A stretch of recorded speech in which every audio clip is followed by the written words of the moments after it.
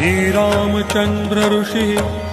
श्रीवडवानल हनुमान् देवता मम समस्त रोग प्रशमनार्थम् आयुरारोग्यैश्वर्याभिवृद्ध्यर्थम् समस्त पापक्षयार्थम् सीतारामचंद्र प्रीत्यर्थम् हनुमान् वडवानल स्तोत्र जपमहं करिष्ये।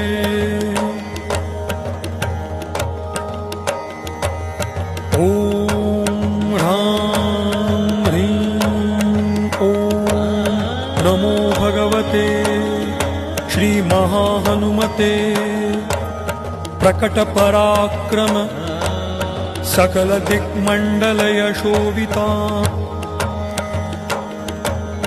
धवलीकृतजगत्त्रितय वज्रदेह रुद्रावतार लंकापुरी दहन उमामलमन्त्र उदधिबन्धन दशशिरः कृतान्तक सीताश्वसन वायुपुत्र अंजनी